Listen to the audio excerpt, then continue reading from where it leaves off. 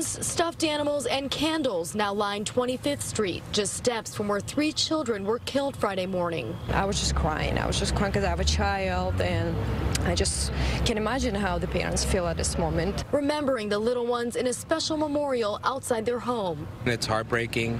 You know, it could have been my children, could have been my family. I was here. I saw everything from beginning to end. I mean, I'm still traumatized. Eddie Miranda can't shake what he saw yesterday as firefighters desperately battled the thick smoke around 9 a.m., using saws and picks on the roof and frantically trying to prop up a ladder to rescue the trapped victims. But the conditions were just too much for 5-year-old Mylene Wood, 2-year-old Jason Gonzalez, and his 7-year-old brother, Christian. Officials say they all died in the fire. I just came close to the building and I tried to help them, knock all the doors and try to knock the doors, I went to the second floor, tried to, helping them till people came out. People tried to step in as they watched their neighbors coming out of their home badly burned. Officials say 2 children and a woman are still in critical condition at the hospital.